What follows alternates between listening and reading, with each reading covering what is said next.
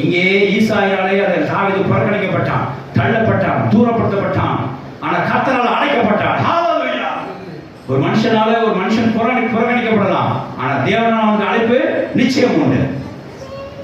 அந்த அழைப்பு நிறைவேறாம அந்த தேசத்தில் நடக்காது. அது வரைக்கும் நீங்க காத்துதான் இருக்கும். சாப்பாடு கிடையாது, சாப்பிட மாட்டேன்ட்டார். அவர் வர வரைக்கும் சாப்பிட மாட்டேன்ட்டார்.